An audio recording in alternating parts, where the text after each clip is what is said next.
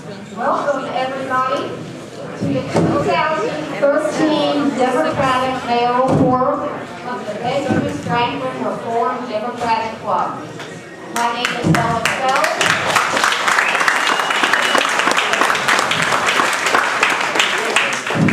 I'm Ellen Feld, I'm the president of the club, and I personally welcome each and every one of you here tonight. This is quite an event. So, to give you the purpose of the evening, it's the opportunity to hear all of the Democratic candidates for mayor and to ask them questions. And it's to give our club members further information and to be to listen to the candidates and hear their positions on the various issues, to prepare them for our endorsement meeting, which takes place next week. Now, the club has already made some endorsements. We have endorsed Manhattan Borough President Scott Stringer for controller, Ruben Diaz Jr. for re-election,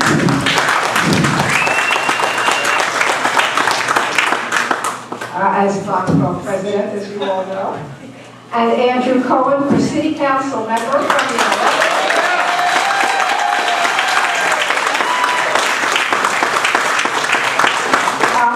Will be replacing retiring council member Oliver Coppell, who is with us tonight.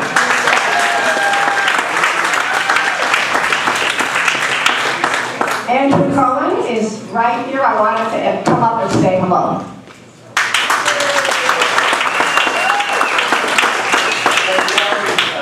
It's a great turnout. I really just wanted to remind people that when you go to vote below mayor, if you keep going down and down and down and down, eventually you get to city council, and I hope that people will come out and vote in the September 10th primary for Andrew Cohen for city council. So it's going to be a great forum. Thank you, Ellen.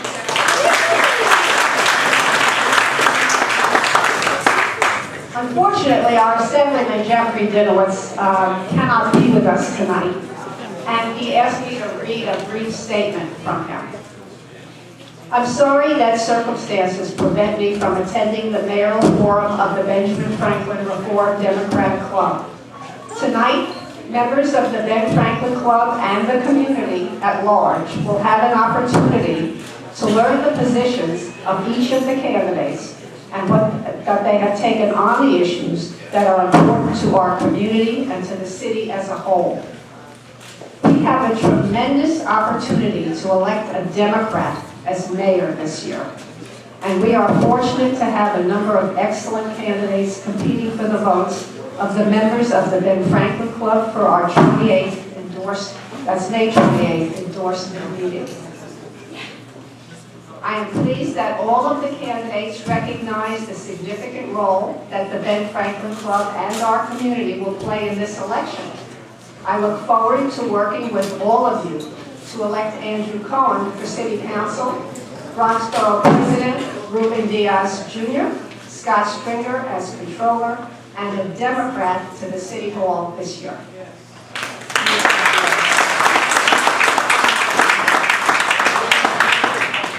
Just want to outline the ground rules and the logistics for the meeting tonight. Each candidate for mayor, as they arrive, will be invited to come up and speak for about 6 minutes. Then there will be a question and answer period for about 7 minutes after that. I will, if you raise your hand, I will call on people to ask questions. When you are acknowledged, please come to the center aisle and we will run a microphone to you. And I'll say right now, this is the time to ask a question, not to have long statements or speeches or make points that you wish to make. Points can be made very well for questions as well, but this is about asking your questions so that the candidates have a chance to answer them. We do have a timekeeper, Mike Keller, who is our former club president and former district leader, and he's a tough man. He's sitting right here. All right. Standing too close to the mic. Okay. I believe the first candidate we are going to call at this time is Bill de Blasio, the current public advocate.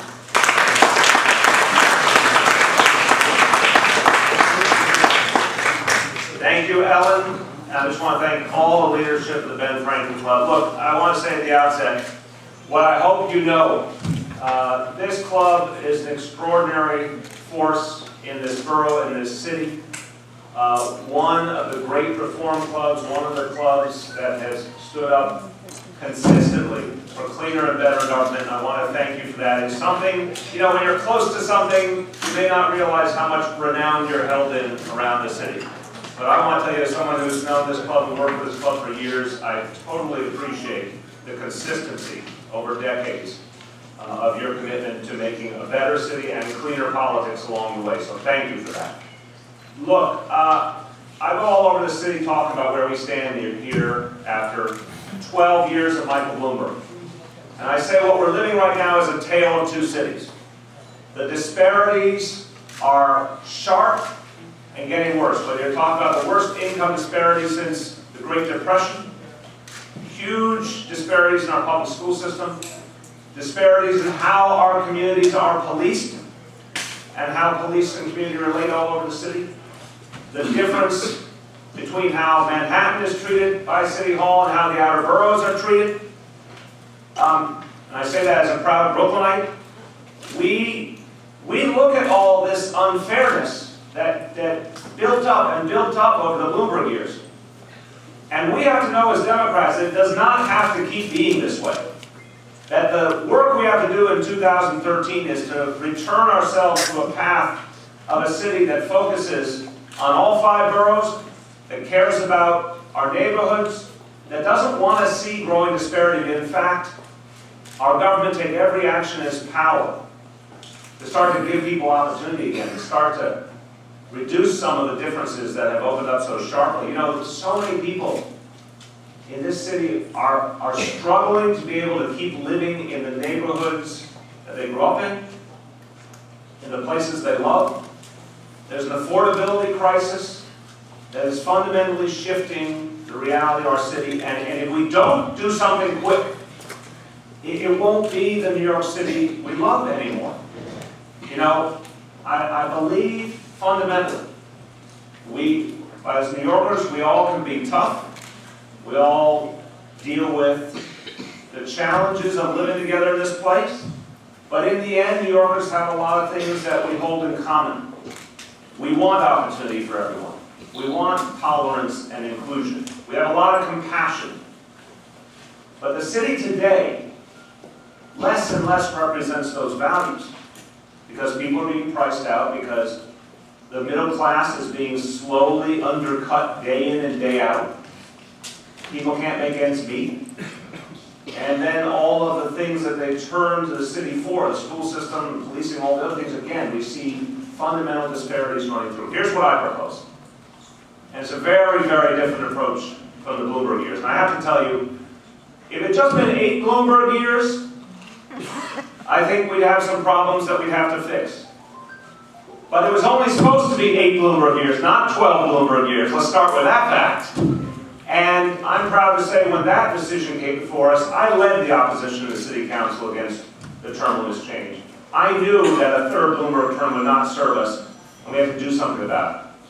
And this club, like so many times before, you knew that that was not about the people's will and about democracy.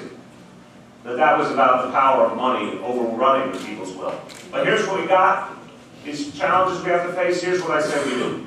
First, let's use every tool we have to help people in need right now in this city. Paid sick days is something I've fought for. And we made a little progress recently. We have a long way to go. There's still hundreds of thousands more people who need paid sick days. So they don't have dislocation in their lives just because they were sick, just because their child is sick. They don't lose a day's pay, a week's pay, something that dislocates their family economy. Living wage legislation to make sure we're going to subsidize companies with taxpayer dollars. We expect them to pay a decent wage. Let's talk about the things we need to do to fix our school system so it actually prepares kids for the future. I propose a tax on the wealthiest New Yorkers, those who make $500,000 or more, so that we can have 2 things we desperately need for our children. Full-day universal pre-K. Guaranteed full day for every child in the city. and a guaranteed after-school seat for every middle school child. These are the kinds of things that actually start to turn around our schools, that would actually create some equality of opportunity. So our school system is giving every kind of child a chance to succeed in the modern economy. And then let's talk about something that's tough to talk about, but we have to look in the eye. That we can't have a city that's fair to everyone and includes everyone if some neighborhoods are treated one way and others are treated another way when it comes to policing. This is, again, a club that believes in fairness, transparency, reform, and inclusion. We can't have an overuse of the stop and frisk policy that treats some New Yorkers like suspects even though they're just as law-abiding as the rest of us. That continues to create a rift between police and community that actually makes us less safe.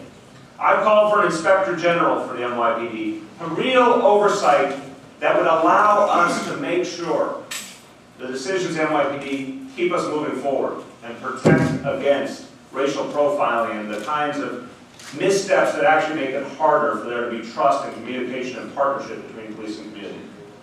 I've said that we need to fundamentally change, reform, stop and frisk, get away from a policy that's taken us in the wrong direction, and respect constitutional guidelines and civil liberties again. Because that's what this country, that's what this city is all about, and you can have and you must have public safety and civil liberties coexist. It's what we believe in. It's what we have to get back to in the city. So I'll sum up to this. We have some serious changes to make if we want this to be a city for everyone again. If we want this to be a city of opportunity.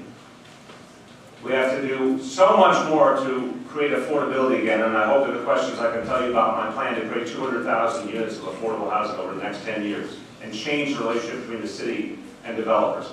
We've got to take serious action quickly or it won't be the New York City for all. And that's something we love and we cherish and we believe in, and it's our time now in 2013, without $100 million being spent on the election. It's time for people to actually debate the issues, make their own decisions, and the people get to decide this election, not money. And I need your help to make these changes. I deeply respect and value this club. And with your support, I know we can build an even stronger coalition to turn the city around and give City Hall back to the Democratic Party that's been needing it back for the last 20 years so we can make things fair again in New York City. Thank you very, very much.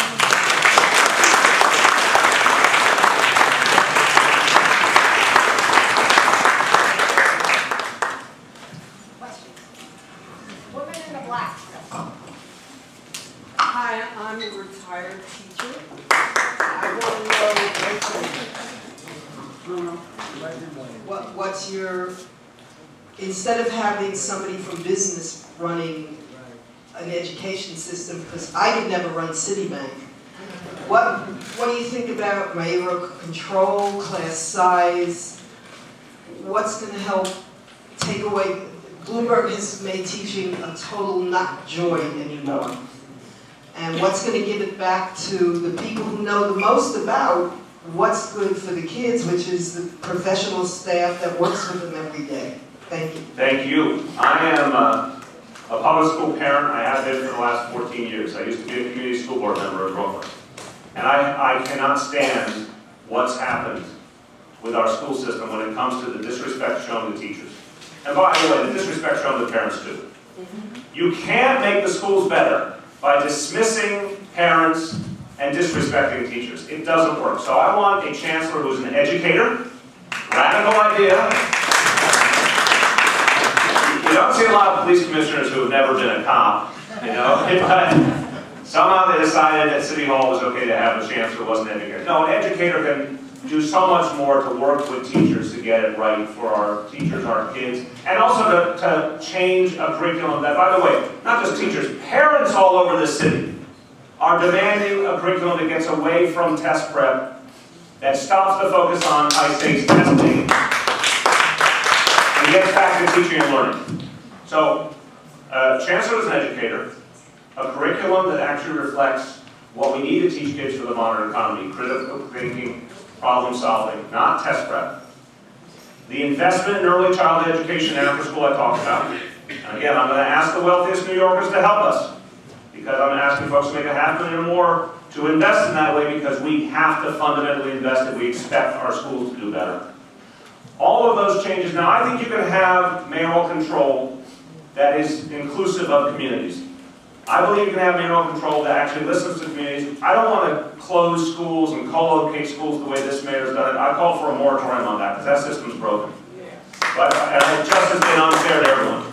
And it favors charter schools over traditional public schools unfairly. But you still can have mayoral control where an elected leader, the next mayor, is able to help make positive changes in education, but work with teachers, work with parents, work with communities in the process. We've only seen one person try to do mayoral control, and the way he did it was dictatorial and heavy-handed. There's a better way to do it. Thank you.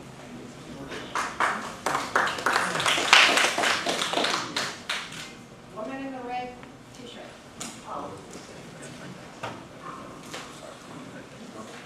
Hello, woman in the red t-shirt. Hello, my name is Anita Rom. I happen to be a songwriter for Metropolitan Council on Housing. And my concern is about the fact that the Red Guidelines Board has been appointed by the mayor without any input from the city council, and the 5 public members don't really seem to represent the public. They seem to be interested. Excuse me, what is your question? Yes, what are you prepared to do about changing the structure of the Red Guidelines Board so that it better reflects the interests of the public and the tenants who are the salt of the earth? Thank you. Anita, first of all, they are the salt of the earth, and they're the salt of the earth that's been going through a really tough time these last 5 years of this economy.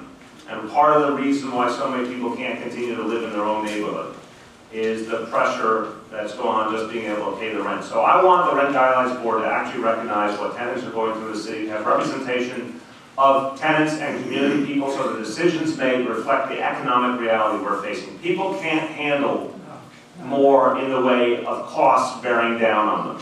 People are already having to leave the neighborhoods they love because of the affordability crisis.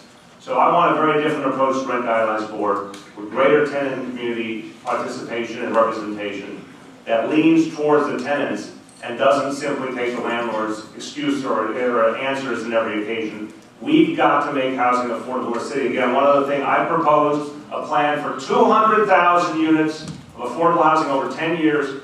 It will take mandatory inclusionary zoning, which means demanding of the real estate industry affordable housing as the prerequisite for development, something Bloomberg's never been willing to do. It will take investing some of our pension fund dollars. I call for at least $1 billion of investment in affordable housing creation in our neighborhoods. It will take changing the tax code so vacant land is actually developed for affordable housing instead of kept off the market. We have so much to do, but if we don't have a huge effort to, 1, create new affordable housing, and 2, protect people in rent-regulated housing, including changing the ERSTAT law, to say the least, and giving us the power. If we don't make those changes, this place won't be livable for so many middle-class and working-class New Yorkers anymore, so we have to make those changes. We have time for one more question. Anybody? Mr. Heller, you're tough but fair. Tough but fair? Tough but fair. Michael Heller, ladies and gentlemen, tough but fair. That's my slogan. That's right. Yes, I do. Hi, Howard. I'd like to ask you about the underserved areas of the Bronx. Yep. What programs for transportation, housing, jobs would you bring into the underserved, poorer areas of the Bronx? Let me tell you something, I appreciate that question so much because this is another part of the Bloomberg legacy we have to fix. So many neighborhoods got left out of the Bloomberg vision. And the farther away you were from City Hall, the more left out you got. When I talk about investing in affordable housing, to create 200,000 units over 10 years, thank God there's going to be a lot of job creation in that plan too. Building the housing and rehabbing and managing buildings once they're built. I want to make sure that neighborhood residents have the maximum opportunity for those jobs. When we're doing work in housing authority buildings, I want to make sure people who live in public housing get the opportunity to get those jobs. It's a very, very different approach, but we have the tools to do it. In fact, what I have found in my whole career in public life is when you push the private sector, when you push the real estate community to create jobs and you say, we need local residents to get these jobs because people are experiencing massive unemployment in so many parts of the Bronx. If we want to change that reality, we have to insist upon development coming with local job commitments. We have the power to do it. But again, it has not been a priority for Mayor Bloomberg. And I also have to say, the investments we can make, I mentioned our pension fund dollars, that's a huge part, but the other kinds of investments we make are changing laws to be more fair to working families. Things like paid sick days, things like living wage, are tools we have that really change the equation for people. If we don't use those tools, we should not be surprised if the middle class keeps getting pushed down and pushed down in this city. So it's time for serious changes right now. Thank you so much. Thank you, everyone. Thank you very, very much.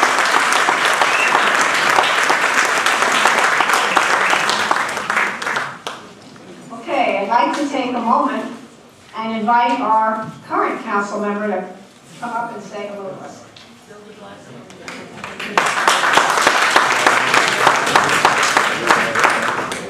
I will not take much time because I gather there's another candidate. Let me first say that I'm impressed with all of you coming out to hear the candidates, because you know they talk a lot about apathy in politics, but you're showing that a lot of that talk is not in fact valid, at least not in the 11th Council District and in Riverdale. So you ought to be congratulated. I also might say that it is welcome. You know, some people say somehow it's confusing, there's so many candidates, we have to listen to so many people. I think it's a triumph of democracy that we have as many candidates as we do. I think it's a terrific thing, and I think part of the reason that not only do we have all these candidates, but they all are reasonably well financed, so they'll be able to make their case to all of us, is because we have a great public financing law in the city of New York that provides matching funds, so that candidates not only don't have to rely on large contributors to the same extent as they would if that system was not in place, and they did, but also that by participating in public finance, it evens the playing field, because all the candidates have agreed to be limited in the amount that they can spend, with the exception of Mr. Catsimatidis, but I don't know how relevant it is. But in any event, I make that point particularly tonight because there's a big debate in Albany as to whether we could have a public finance system in the state. And the fact that we have it here, and that's why so many candidates are here tonight, and why so many candidates will be able to ask us for our votes. It says what ought to happen in Albany. But again, thank you for coming, and thank you for supporting me for all the years that you did, and I'm honored to represent you.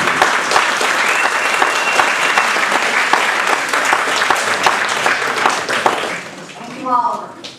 I do want to mention that our Congressman Elliot Engel is in Washington, D.C. and couldn't be with us tonight. And to take a moment to introduce our party leaders. We have our district leaders, Bruce Bell and Randy Martos. And we have our state committee people, Bill Weiss and Helen Warren. Okay, the next candidate for mayor of the city of New York is former council member Sal Albanese.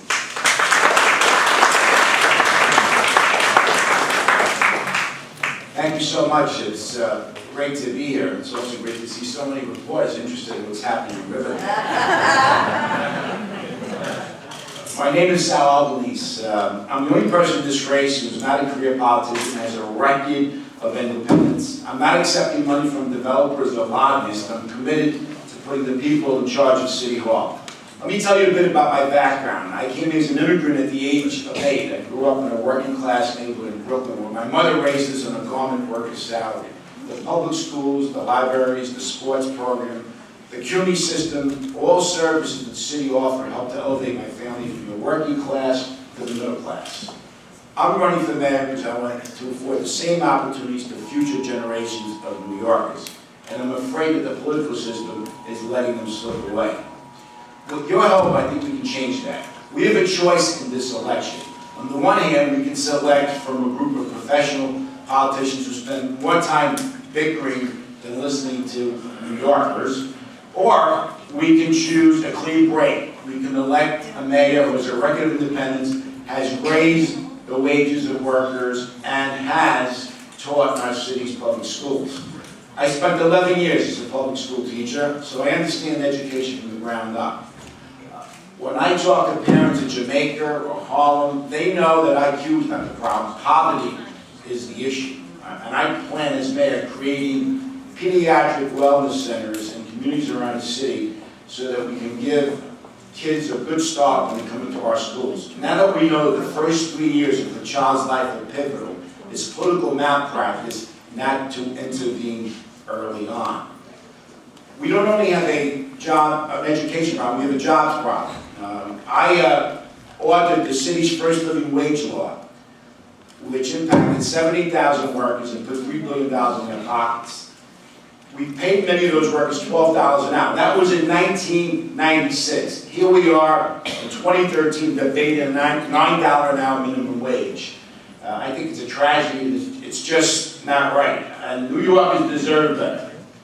We need to create jobs to pay the bills. But in order to do any of this, we need a government that works for its citizens. Right now, we have an out-of-touch political class that spends more time at cocktail parties than they do listening to their constituents. My opponents are part of the problem. They don't offer solutions. They play it safe. And if they're elected, they're going to be indebted to every lobbyist in town. I want to be a different kind of mayor. I want to make decisions on the merits. I want to tell the truth, even if it's politically risky. And I want to give regular New Yorkers a voice in City Hall. So with your help and with your votes, we can build a better New York. Thank you, and I look forward to your questions.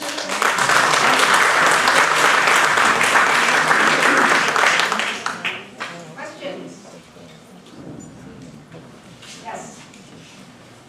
Mr. Albany, I was very impressed to hear your comments of going from the... Wait for the microphone. I'm shooting the bell. My name is Judy. Oh, I didn't expect to be heard out on Independence Avenue. My name is Judith McGowan. I'm a 30-plus year member of this club and a former Democratic district leader, but I'm a retired public school librarian. And I was very pleased to hear that you were brought up from the working class to the middle class. So was I.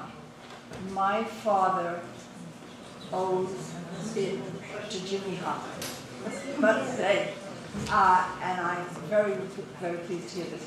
I think libraries brought me up, and you, in your 11 years as a school teacher, may have had the same.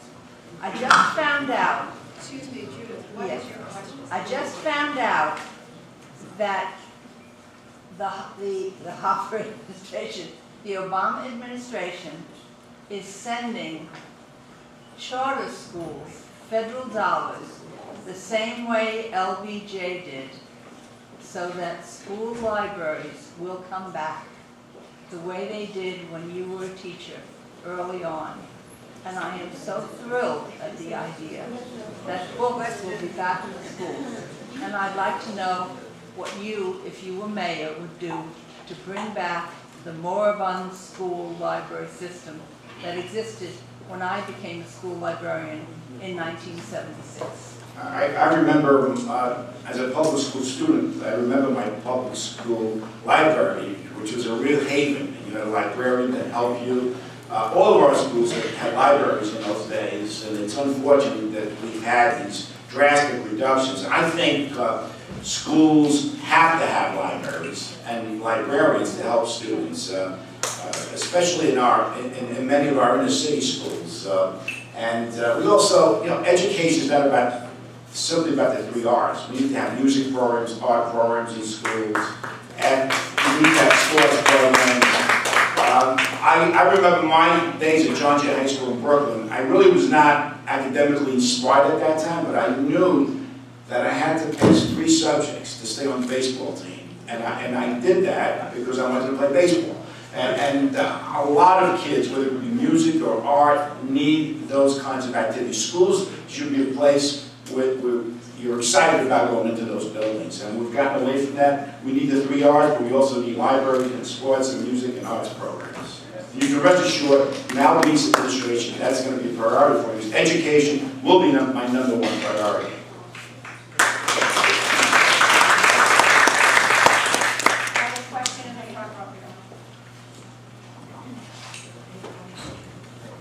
Thank you.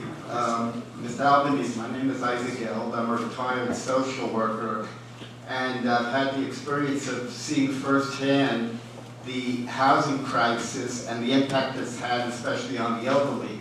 What do you propose you might do to make housing more possible for the elderly, for the mentally ill, and for the public at large?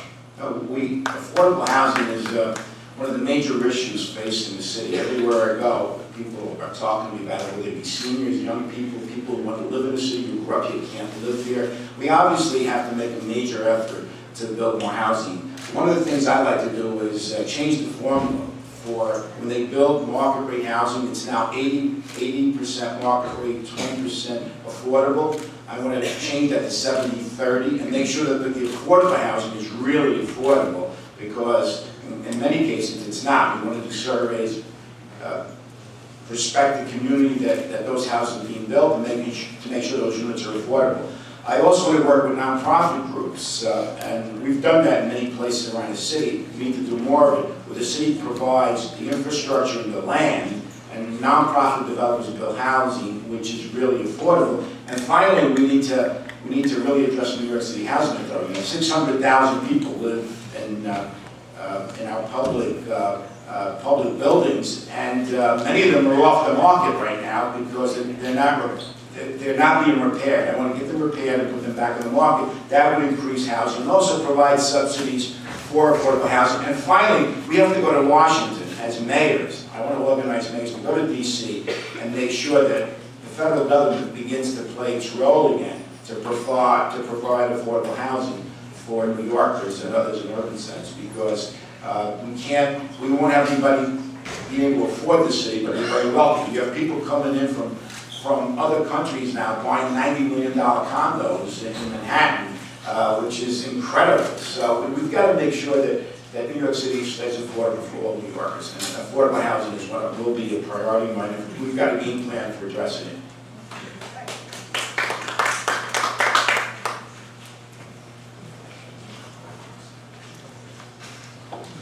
Hi, Sal. Hi, Ellen.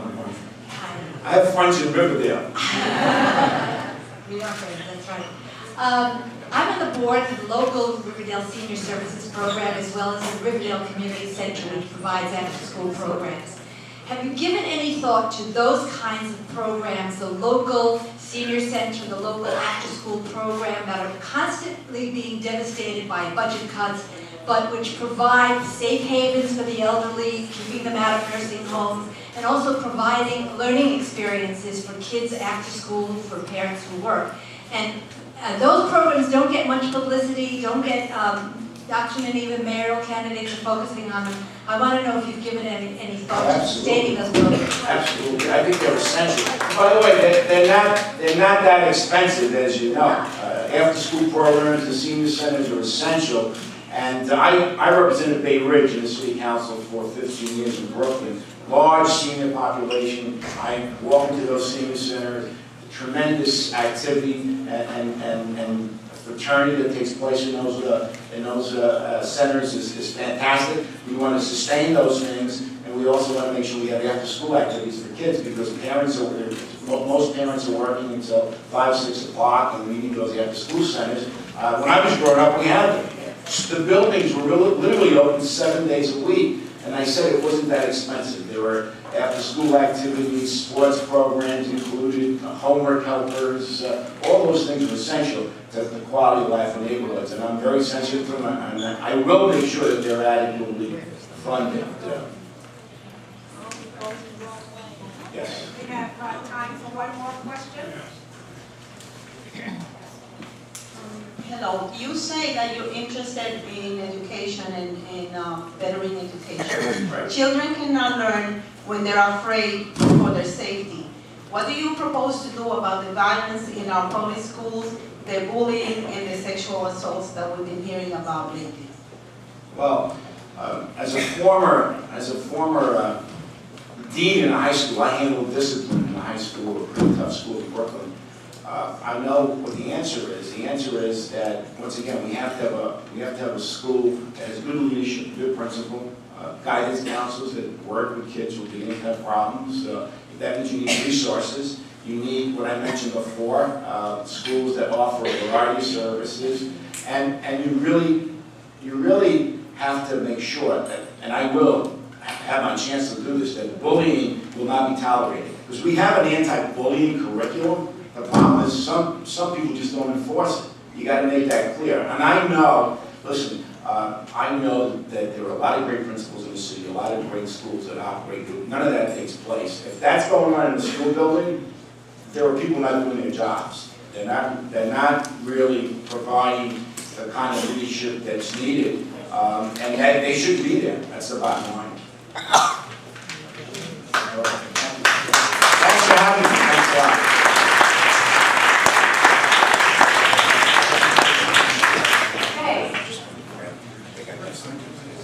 Sorry.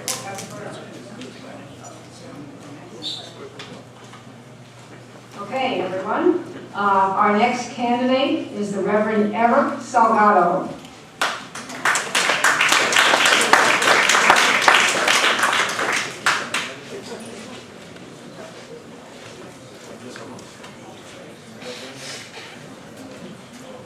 Good evening, everyone. My name is Reverend Eric Salgado, and I am honored to be here. And I want to thank the Franklin Democratic Club to invite me and to give me the opportunity to share my vision for the future of New York City. I was born over here in the Bronx. My father came from the island of Puerto Rico in 1926. He was a very successful man. I am proud of him. He lived over here in the Bronx until last week when he passed away at the age of 91. I was born over here in the Bronx, but I was not able to raise over here in the Bronx because when I was born, I was a victim of a childhood asthma because of the pollution that we have in the Bronx. And I was taken to Puerto Rico where I was raised and educated over there. At the age of 17, I knew there was a purpose for me in this city. I came back to the city that I love so much. I established myself in Brooklyn, where I have worked for more than 24 years with the different communities, helping the most vulnerable one, and helping many people to achieve their dream. I am a small business owner. I open many bookstores with my spouse, Sonia. And we were able to grew them to a chain of store.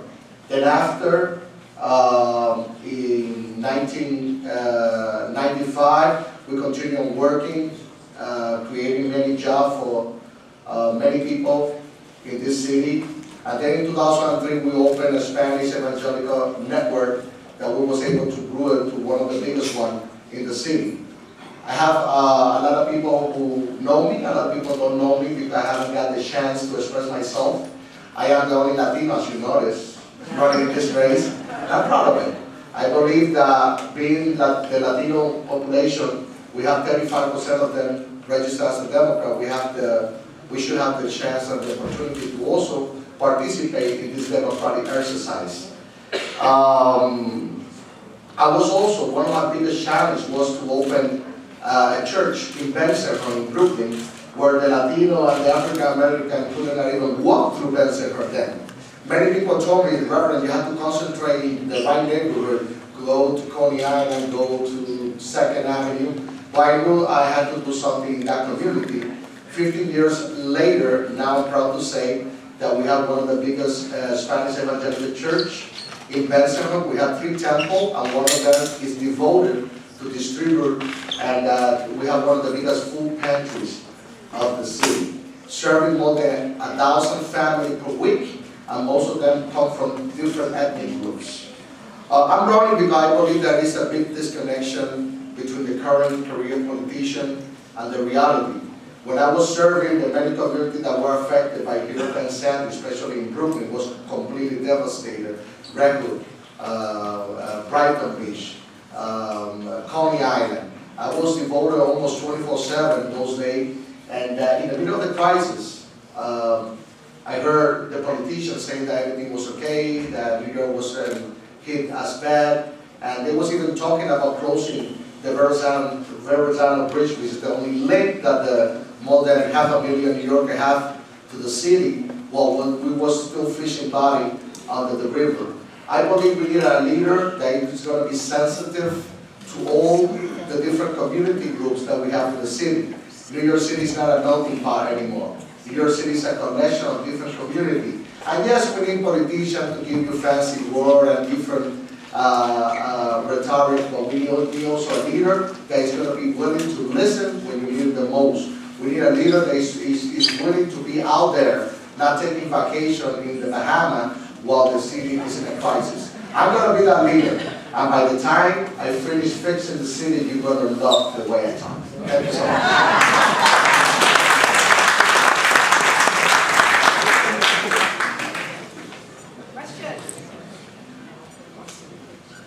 Questions?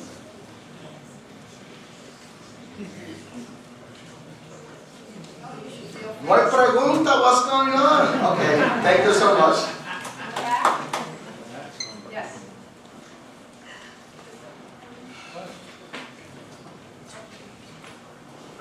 What changes would you make to reform our educational system, which everyone pretty much has agreed is in crisis? It is in crisis, and we have to reform it. We have to add to the PEP panel. We have to add at least 3 independent members elected by the communities. That way we will have a better representation by the community. We also have to create, according to the different school districts, different community council that will be 50% appointed by the mayor and 50% elected by the different community. Once again, the problem that we have is that New York City is not a melting pot. Everybody is centralized. We have different communities. When you go through the city, you have different communities with different needs. We need a better representation from the local community to actually fight for what is best for that specific district in the city. Also, we have to concentrate and generate money,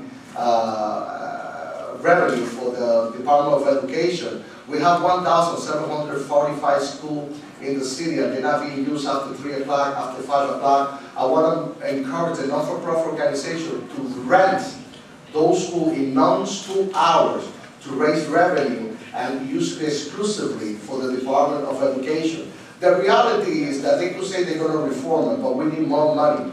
The Department of Education is taking 30% of our budget, and the only way we could do this is by generating money. We could rent the school because the bigger obstacle that the non-for-profit organization have when it comes to create different programs like ESL, GED classes, art, many other programs, the bigger obstacle that they have is location.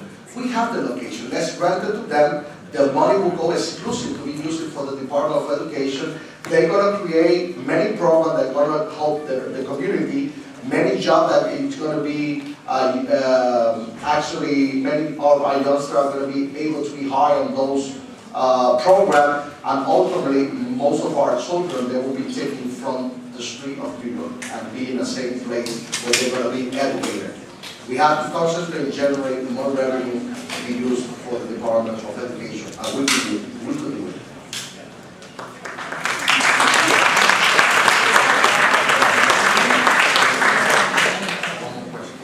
One more question? The gentleman in the back on this side still has the question? Ready? Over here? Yes, here we go. Good evening, I'm Margaret King. Hi. Could you please tell me what your position would be on affordable housing and how you would go about helping housing with people in New York City that so need that program? Yes, first of all, we have to start the privatization of the public housing because we cannot replace one community with another. What we have to concentrate is in create more affordable housing. This is my idea. It's very important that I express my idea because many of the other politicians, they use my idea and they not even give me credit for it. But my idea is to concentrate in giving incentive to the developer to come out and build in our shore. We just have a superstorm Sandy, and the city was not able to handle this crisis. We have to make sure that we do like in Puerto Rico or Jamaica or the Caribbean, they build big buildings on the shore, building resilient to another superstorm. Right now, we have a program by the governor that basically is buying out the houses from the people, and they don't have a choice to actually go out and buy another house. The other thing that they do is allowing them to rebuild the little house that they have right now. That is not gonna, it's gonna be the same problem in the next superstorm. We have to make sure that we encourage the developer to come to our shores and build housing that is gonna, they have to be 30% for affordable housing. That way we're gonna have, we're gonna be prepared for another superstorm, having resilient buildings that are gonna be resilient for another superstorm. And we're also gonna provide housing and affordable housing by guaranteeing 30% of those apartments for affordable housing for all New Yorkers.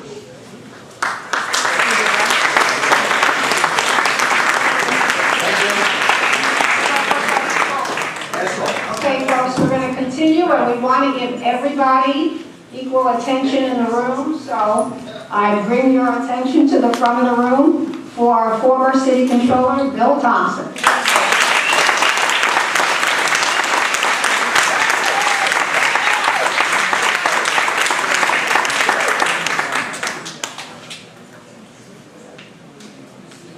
Thank you so much. Good evening, everybody. Let me first start out by thanking all the members of the press for coming out to cover me this evening.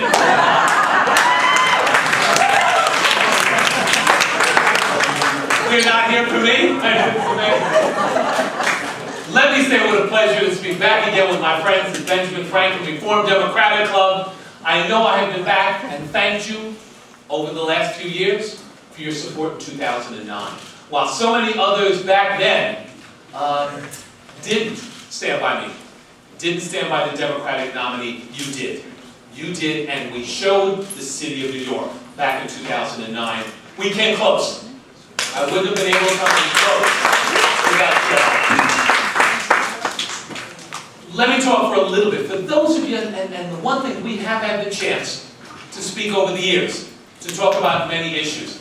I'm going to talk a little bit, just a little bit of my background first, and then a few of the issues that face the city of New York.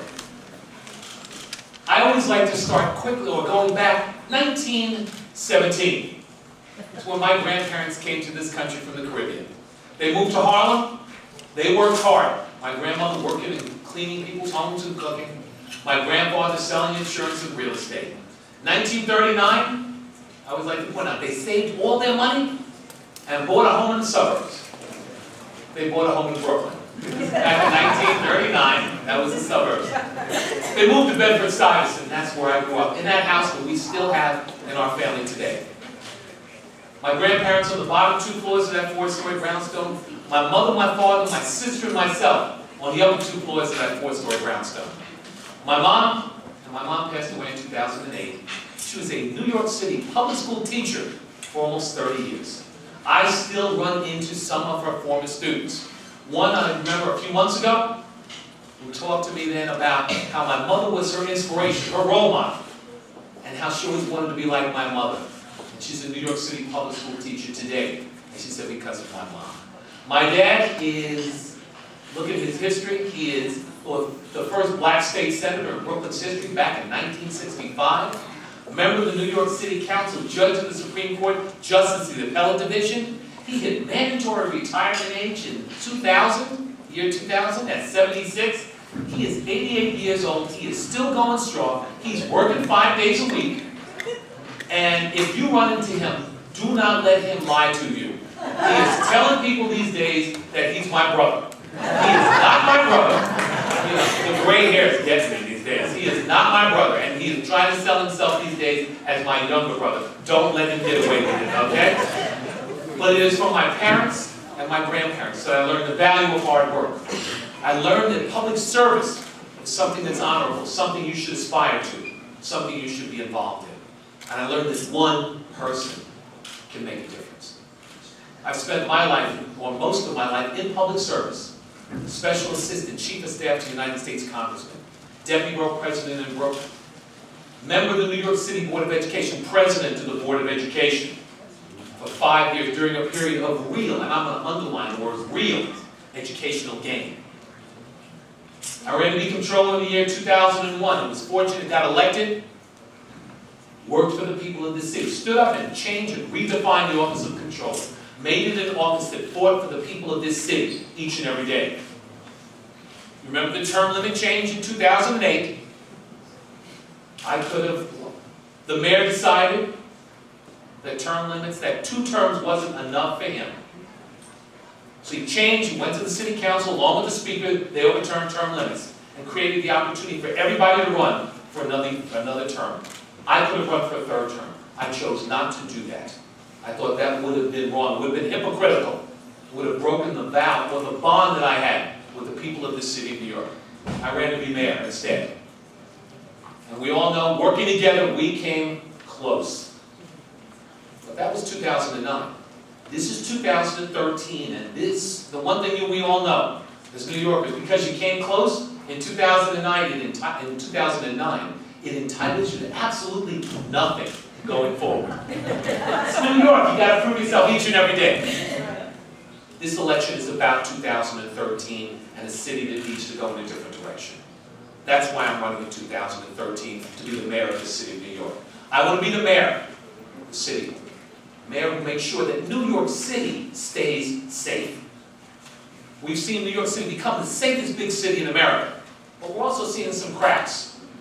Seeing some neighborhoods across the city of New York where the clock is going backwards. We can't allow that to happen. Every neighborhood is entitled to safety in the city. Every neighborhood. And we can do it while making sure that things like stop and frisk are used correctly with the constitutional safeguards that people are entitled to.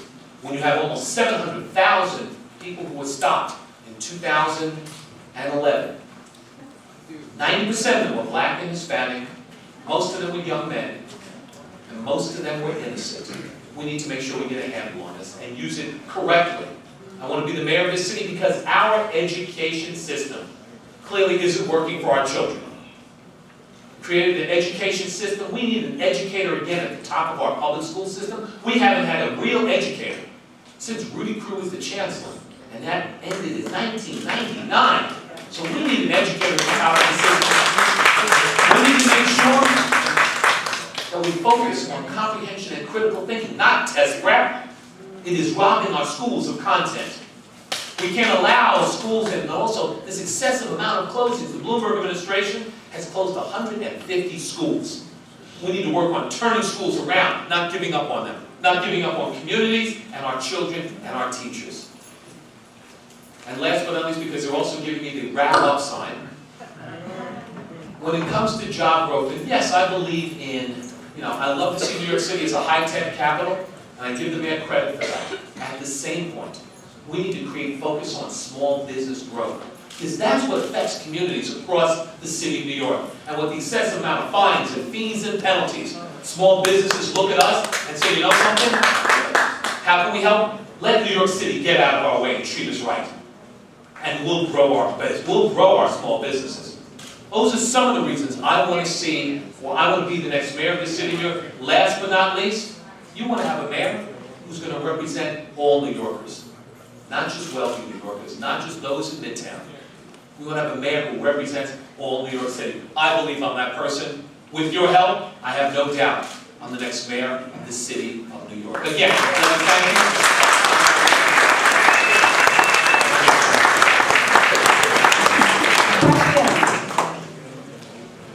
Right there. Hi, I'm Daniel Barnett. I work as a speech therapist in the Morrisania section in the middle school. And I would like to know, if you're elected, what you're going to be doing for our new teacher contract. Will you be giving us raises? Will you be extending our school day? And also, I'm curious to know what your position is on co-location of charter schools.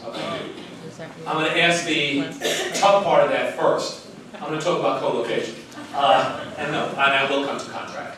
I think that if you go back probably about a year and a half ago, I was one of the first people who came out and said, first, we should have a moratorium on school closings. I think that we need to work to turn schools around before we give up on them. And there are ways that it can be done. When I was at the Board of Education, we had something called the Chancellor's District. Cap the school, and a certain level, you reduced the class size, you extended the day, you had intensive teacher development, more collaboration among the teachers in the school. You had put a tough curriculum in place. Yes, it cost additional dollars, and we turned those schools around.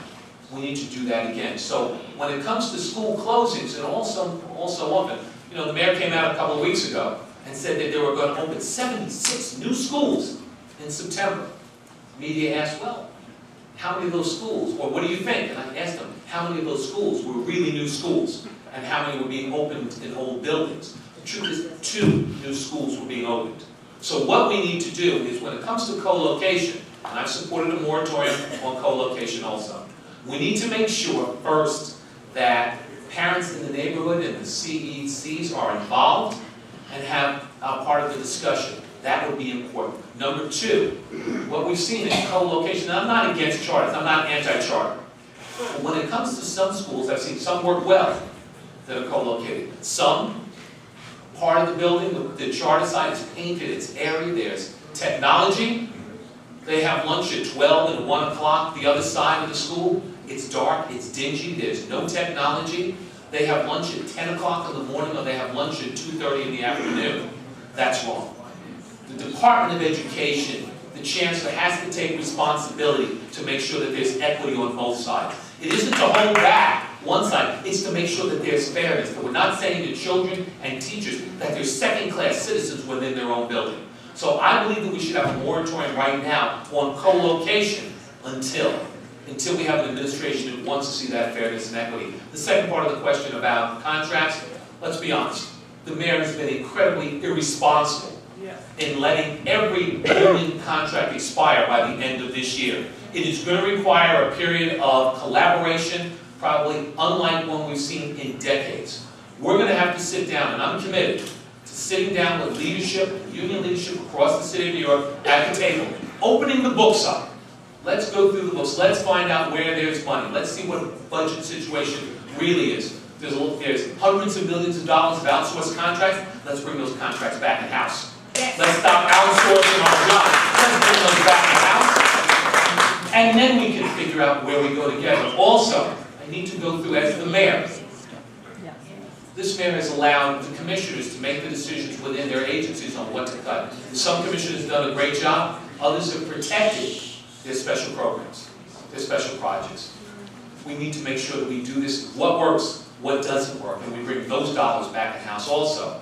And then we move forward, working on a contract together. But we're going to have to do it in openness and trust and collaboration. That's the only way we're going to get through this period of time.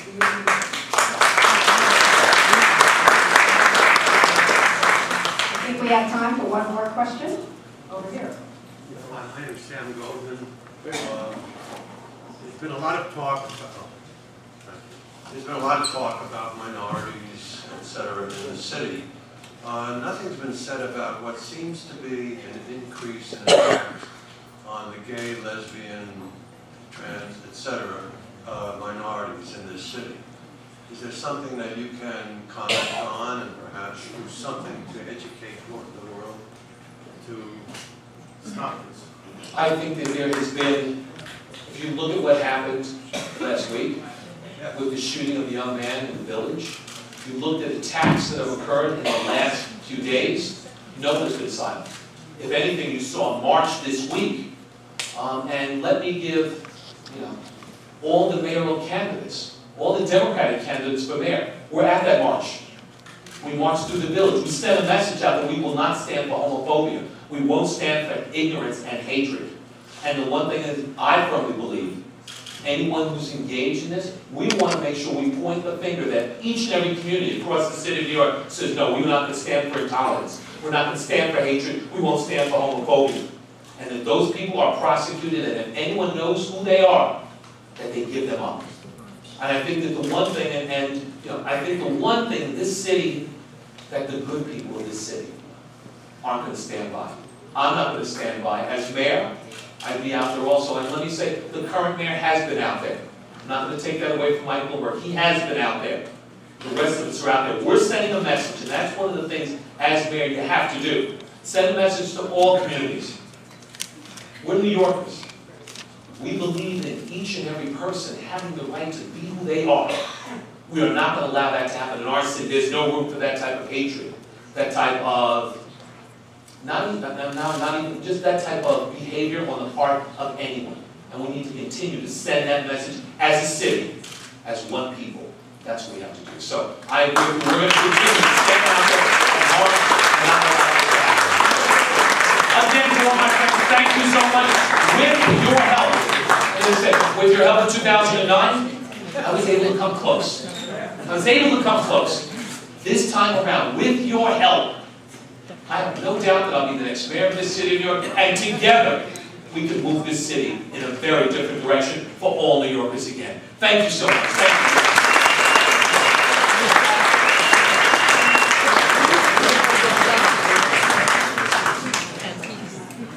Okay, next candidate is former Congressman Anthony Weiner.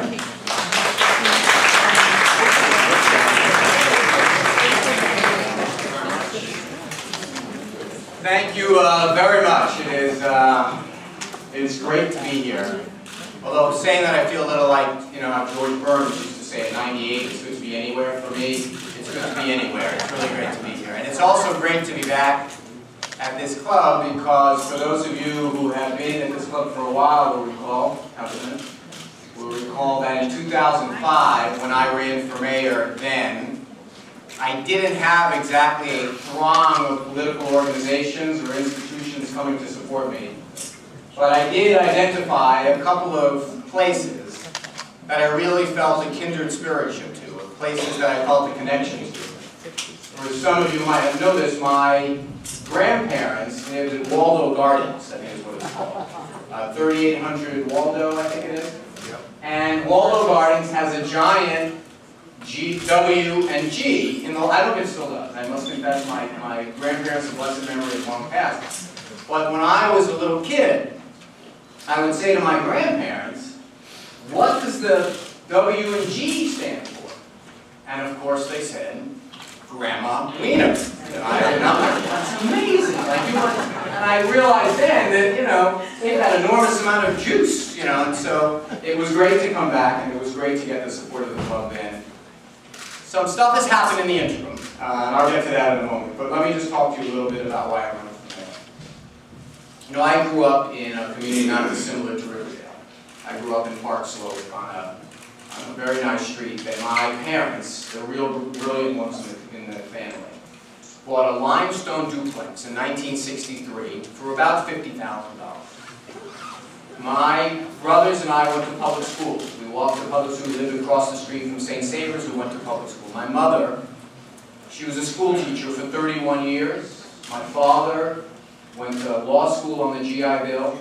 My grandparents on my mother's side were the first ones here. My great-grandparent, Wolf Weiner, Emmis, that was his name, Wolf Weiner, came here in about the turn of the century. And then years later, I was able to serve in Congress representing that community. That middle-class aspirational life, if you think about it, in just about every element, is under stress now. If you were to say to a young family that wanted to start, take a look at the experience of Morton and Frances Weiner and their kids. Where are you going to go to find an affordable home like that? Where can you homestead to find a nice home? Are there a lot of communities that you can say, you know what, let's send the kids out to walk to school and find a public school in a neighborhood? That isn't sensational, but it's good, it's solid. The jobs my mother and father had, good jobs with good benefits, all of those things have eroded. And I said it when I stood here in 2005, and I hate to say it, it hasn't gotten any better. In many ways, it's gotten a lot worse. And if New York City is going to continue to be the place that it is, that people wake up in the morning from all over the world and they say, I just want to go someplace where I can make my life better, they want to come to the middle-class capital of the world, and that's New York City. And just about all of those things are not only worse than they were when I ran in 2005, but they're getting worse again still. And I believe something else that animates me in running. And that is that we as Democrats, we haven't won City Hall in 20 years. I'm not sure we've deserved to. We, somewhere along the line, stopped being the party of new ideas to say, here's how we're going to tell people how we're going to keep the city safe, how we're going to improve our schools, how we're going to make life more affordable. somewhere along the line we became, I ain't that guy, or I'm not my opponent, or I'm not President Bush, or I'm not this or not that, rather than here are my ideas for how we're going to solve problems. And I don't think I've got the perfect ideas, but I got a lot of them. And I've got ideas on how to reduce taxes on the middle class. I've got ideas on how we make our schools safer by making it easier to get disruptive kids out of the classroom. I've got ideas how we save an enormous amount of money on healthcare by doing something we should have done in Washington, which is get a single-payer healthcare system that covers people at an affordable amount and doesn't say simply because of the shouldn't go. Ladies and gentlemen, we spend $17 billion each and every year on healthcare in this city. For our employees, our retirees, the uninsured, the Health and Hospitals Corporation, and it's going to go up 40% in the next 4 years. And yet we still have 1.2 million people uninsured. We still have every single dime that's available to give raises, we wind up having to put into healthcare. I believe we need some big ideas on how to deal with these problems, and I want to talk to people about them. But it's going to be hard for me to talk about them without saying something to you first. I'm sorry. You put a great deal of hope and confidence in me, and I did some very embarrassing things. And I regret them, and I worked very hard over the last couple of years to make it up to my wife, to help raise my son as best I can. But I want to look forward, and I want to make this city great and greater every single day. And I want to be able to say that when my son Jordan bounces his grandkids on the knee, I want him to be able to say, you know what? In 2013, they did some smart things to return this city from being a place where only poor people and wealthy people live to make it the place it should be, which is the middle-class capital of the world. And that's why I want to be your mayor, and I thank you very much for your support.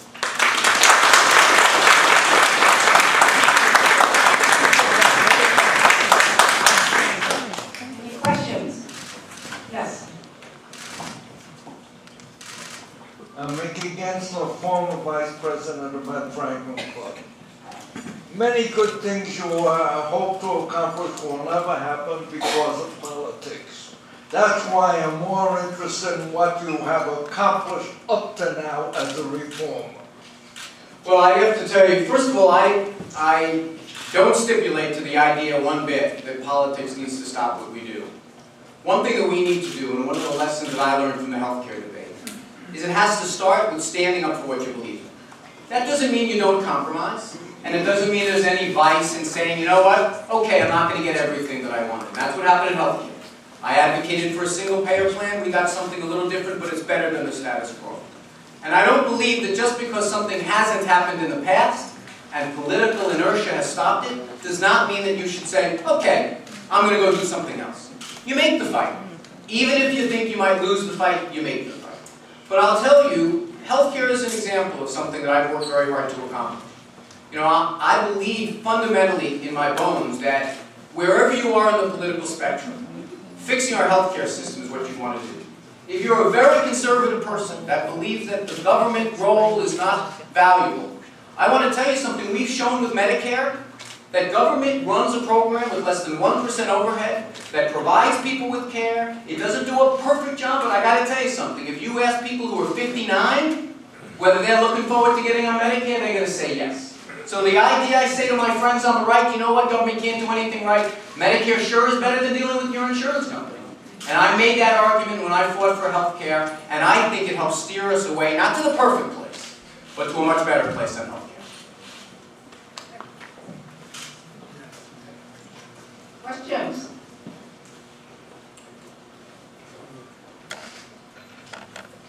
Collins? Yeah. Congressman, you talked about healthcare, and I guess I just want you to elaborate on how exactly you would implement a single-payer plan. I don't know whether that's possible within the powers of the mayor. I worked in healthcare for 26 years at New York Presbyterian Hospital. So I want you to elaborate on exactly how you would do that, because I'm skeptical. First of all, let's take, before I give you the answer on how it would work, let me tell you why we need to do it.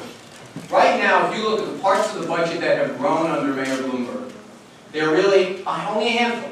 Education, to his great credit, has gone up a lot. I don't like what he's done, but the number has gone up a lot. Debt has gone up a great deal.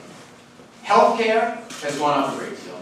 Everything else has stayed basically flat. Why? Well, we can't afford to do much else once you're done paying the cost of our debt and the cost of health care. Now, debt, at least, when you pay to pave a road or build a bridge, and you have to pay down, at least you're getting the road or the bridge at the other end of the transaction. What are we getting for the present way we provide health care for our employees? We are giving 20% of it to a health care company to go manage the plan. So here's what I would do. New York City is what no other city is. We own hospitals through the HHC. We employ doctors through the Department of Health and the HHC. We own healthcare clinics. We own nursing homes. We employ an enormous number of people in the healthcare profession right here. So what I would propose to do is this. We take the money that we're spending for workers, the money we're spending for retirees, and one other piece that you should know about. It's all the money that we're spending for the uninsured that are walking into hospital emergency rooms and we're paying the bill. It's not the bill fairy that pays that. We're paying. So what I would propose to do is we take that money and we pool it and we say, look, we've got this remarkable resources out here and we still have 1.2 million uninsured people. So what we're going to do is rather than take that money and give it to the federal government for Medicaid, rather than give that money to the insurance companies to cover our people, what we're going to do is we're essentially going to set up the infrastructure right here in New York that's already under our control to either administer people's health care who choose to go to a non-HAC facility or a non-health care, and provide actual direct health care for the uninsured and anyone who wants to get service. Maybe you live close to Coney Island Hospital and you want to be part of that plan. The point that I'm making is there is so much money in the system right now that we're paying and so little value that we're getting for each additional dollar that we're putting in, we should take greater control ourselves. And if we can make New York City a single-payer laboratory for the country, it is going to spread all around the country where it should be already. We're going to save money and provide better health.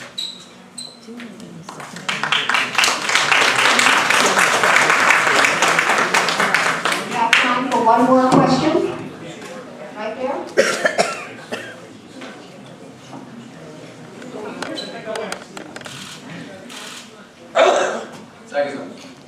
Hi, my name is Mary Lindbergh. I'm a college professor here in Riverdale. And you mentioned your son Jordan, and I hope he'll have a job. But how he gets to work is what I'm concerned about. There are more people in New York and less train service, and the weekends in particular.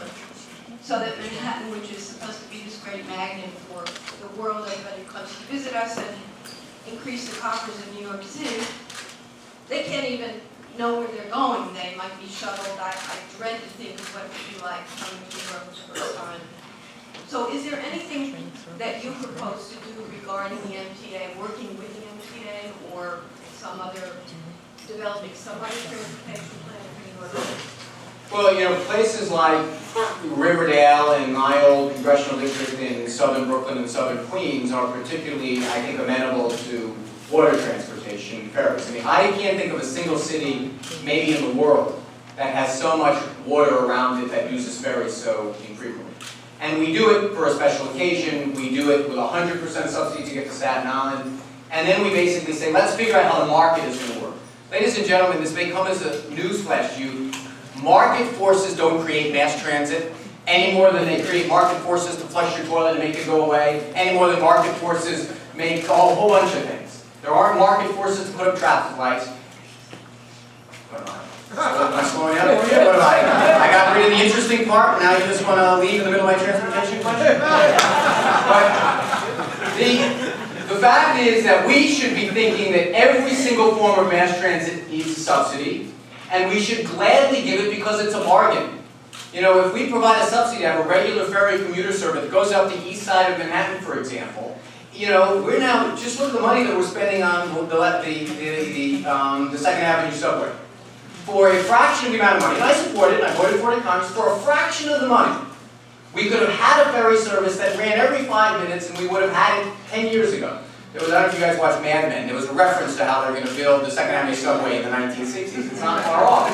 So I think ferries are what we have to do. We also have to do, we do have to realize something else, that if we're going to have bus service that starts to serve communities much better than they are. There are parts of, let's call it East New York, beyond where the L stops. And I'll say one other thing. It is a sin to me that we're a city that you can't take a mass transit option to get to the airport. I mean, it's crazy. It's like, think about it. And so all of these things we have to start thinking about again. We need help. We need the Port Authority to say, you know what? We have a big airport that sits on the water. I got an idea. Why don't you put a ferry right there so I don't have to get into a cab, or I don't have to, whatever, take a plane to a train to a whatever to get to something. I can go walk to get to a ferry. Maybe it takes me a little longer, but think about the communities it can serve. So we need a lot of buy-in for these, and I have some ideas to do it. And since I see I've got to wrap up, I would encourage you to look at some of these ideas at anthonyweiner.com. I have 64 ideas, and I look forward to this being one of many, many chances to come back. And thank you so much for the kindness you showed.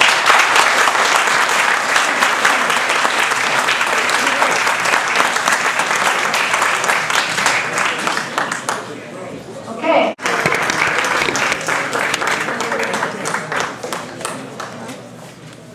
Well, I was hoping more of the press would have left because I'm having a bad hair day. This is a bad day today, and I'm moving. I'm going for a touch-up tomorrow. But what are you going to do?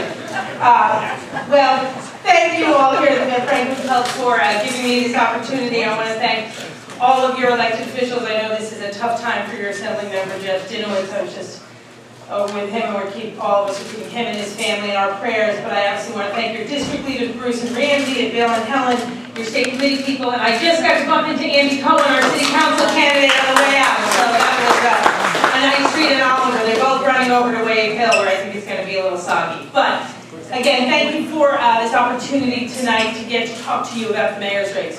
And I think as most of you know, I've been Speaker of the City Council for the past 7.5 years. And in that time, and in my work before that as chair of the Health Committee, and before that as a crime victims advocate, and as a housing organizer, I've tried as hard as I could to deliver real results to New Yorkers that have made their lives, I hope, better and easier, and moved our city to a place of even greater opportunity for the middle class and all those families who are working so hard to get into the middle class. Whether that was balancing 7 budgets on time, whether that was preventing the layoffs of 4,100 school teachers, or keeping every firehouse in the city of New York open during my tenure as Speaker, or fighting for the rights of co-op owners in our very messed up property tax system, or leading the charge for tenants in the city of New York. Under my leadership as Speaker of the City Council, we have passed more pro-tenant legislation than any city council in history. And let me tell you, when I'm mayor, I'm not just going to go to Tenant Lobby Day, I'm going to lead Tenant Lobby Day, because we need to get the Erstat law repealed so we can have power over our own tenant laws right here in New York City. I've also been so proud of our efforts in the council to, even in these tough economic times, build jobs. We're one of the few cities in America that can say we added manufacturing jobs during the recession. And we can build on that type of success by building on the strengths of our neighborhood. You might not hear this much, but we can seize on the power of the Cross Bronx Expressway. I know that sounds odd, but think of all the trucks that go up and down the Cross Bronx, or across and across on the Cross Bronx. All of them are going to need to be cleaned and greened soon. So let's decide we're going to do that in the old factories we have in the Bronx, and put together a neighborhood-based economic development plan to have those jobs here. We can do that and reduce unemployment in the Bronx and create really good environmental employment opportunities. Now, we also need to continue our work to expand affordable housing. You know, I've proposed that over the next 10 years, we build 40,000 new middle-class housing units in the city. It would be the biggest middle-class housing program since Mitchell-Lama, and I want to do it in a way where that housing would be able to be permanent, and we wouldn't repeat the mistake of Mitchell-Lama and lose that housing decades from now. I'm also incredibly proud of the work we've been able to do in the council protecting a woman's right to choose. And this borough is the place where those laws were needed most, because there are clinics like Dr. Emily's in the Bronx that every other day are under attack from protesters who are out in front of those clinics trying to prevent women from accessing their right to choose. One of the laws we passed is so good, we're being sued in court right now by a so-called right to life organization. We're going to keep fighting to make sure we don't ever take one step back for a woman's right to choose in New York. And I just want to say finally, you know, I've seen in my home district on the west side of Manhattan the difference that waterfront parks can make. You know, at some point in our city's history, I don't really know why, we literally and figuratively turned our back on the river. We lost the river as a place for potential economic development. We lost the river as a place for recreation space, and we're finally fixing that. We're finally starting, thank you, to use our rivers for transportation with the East River Ferry that the council facilitated. We need to do more of that, have 5-borough ferry service. But we also need to have more parks on the waterfront like we have at the Hudson River Park. And I want to work with all of you to make sure we bring the Hudson River Greenway to this part of our city so we can have a real green open space. And I know there are NIMTIC funding opportunities for that, and I want to work with Councilmember Capel and others to make sure those resources are brought here. So I just want to thank you all for your time tonight, and I'd be happy to take any questions. I'll take the easy ones, and Randy told me she should take the hard ones for me. I have one here. Yes. I don't need a mic. I'm Dave Hockhauser. I live here in Riverdale. We have one of the finest police forces in the world. And you said that you would retain Ray Kelly as police commissioner. Why do we need an IG? Tell us why we need an IG. We need an IG in the police department. Let me just explain what that is for a second. Thank you for the question. An inspector general would be a monitoring function in the police department. Now let me tell you, I believe we can stay the safest big city in America and bring police and community together. And I think, and I've said that Ray Kelly's done a good job as police commissioner. And I've said, and I stand by it, the next mayor would be lucky if he stayed on. But that doesn't mean I agree with everything he has done in every policy. And I think, for example, stop and frisk has been grossly overused. And the number of stops, clearly that number cannot be happening in a constitutionally sound way. Every city agency has a monitoring function in the Department of Investigations. Why shouldn't the police department? Why don't we want an independent monitor looking at the policies and practices of the police department to give us good ideas, recommendations to the mayor and the police commissioner about how we could fight crime better? The Department of Justice, the Department of Homeland Security, the FBI, they have inspector generals. Do you know who put them in place? George Bush. This is not a radical left-wing idea. It is a solid part of improving policing. And in fact, the year after Los Angeles put their monitoring in place, crime went down 33%. So the evidence shows it doesn't hurt our fight against crime. And in Los Angeles, a police department that has had community and racial problems, the year after the inspector general, satisfaction from the community rated at 84%. See, that's what we can do. With the right kind of infrastructure for city agencies and the police department, you can have a safe city and a city where the police and community are working together, not at odds. I believe we can all have all of that, and that's what New Yorkers deserve. Thank you, sir.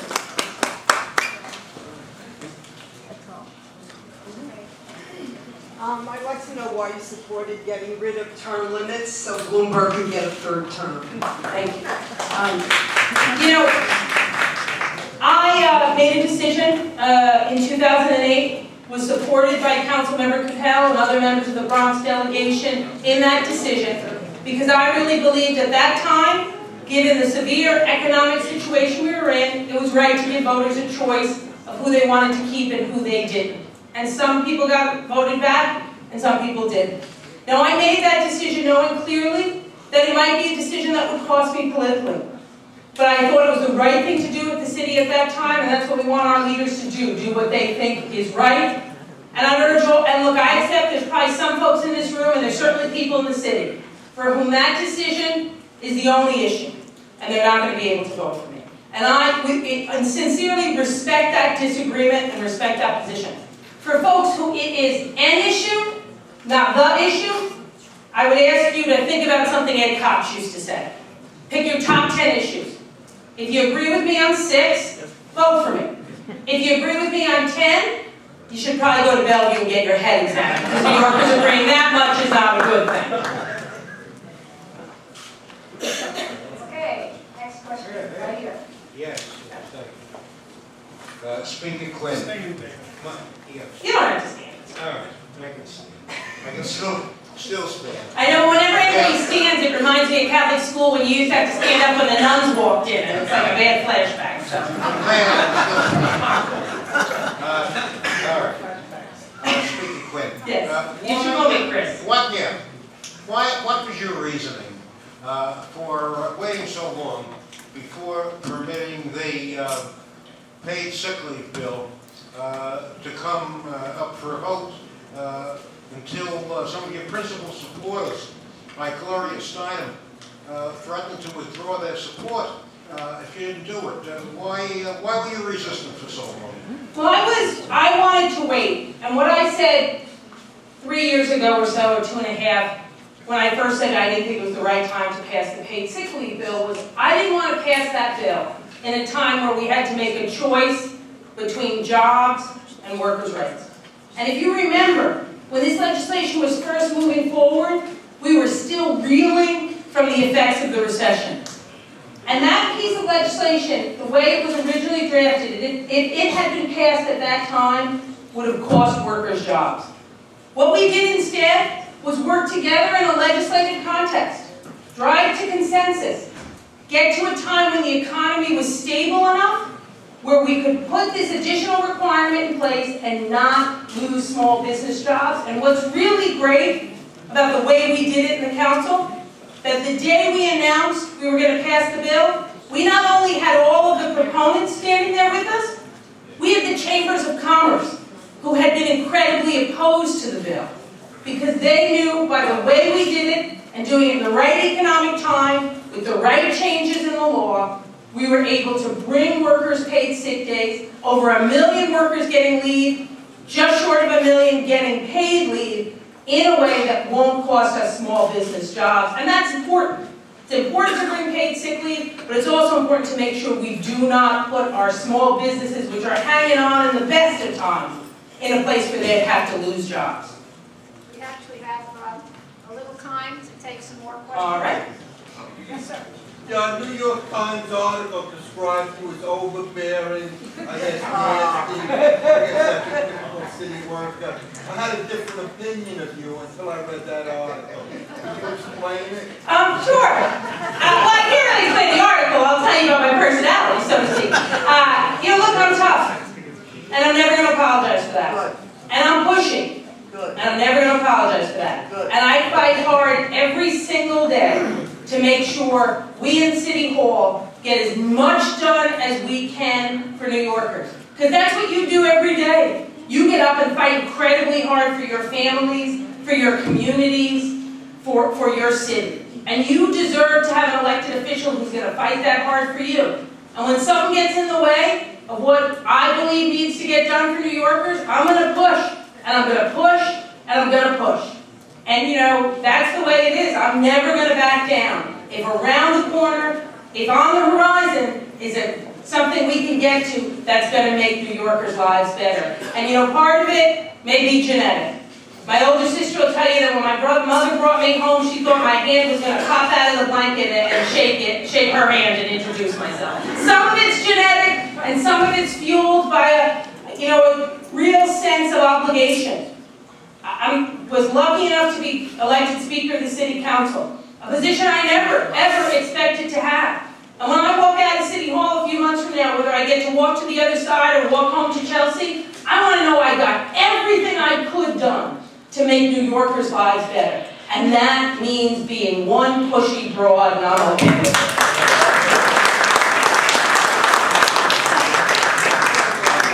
Thank you all very much. I'm up now trying to let them get to Brooklyn and Queens. Thanks a lot.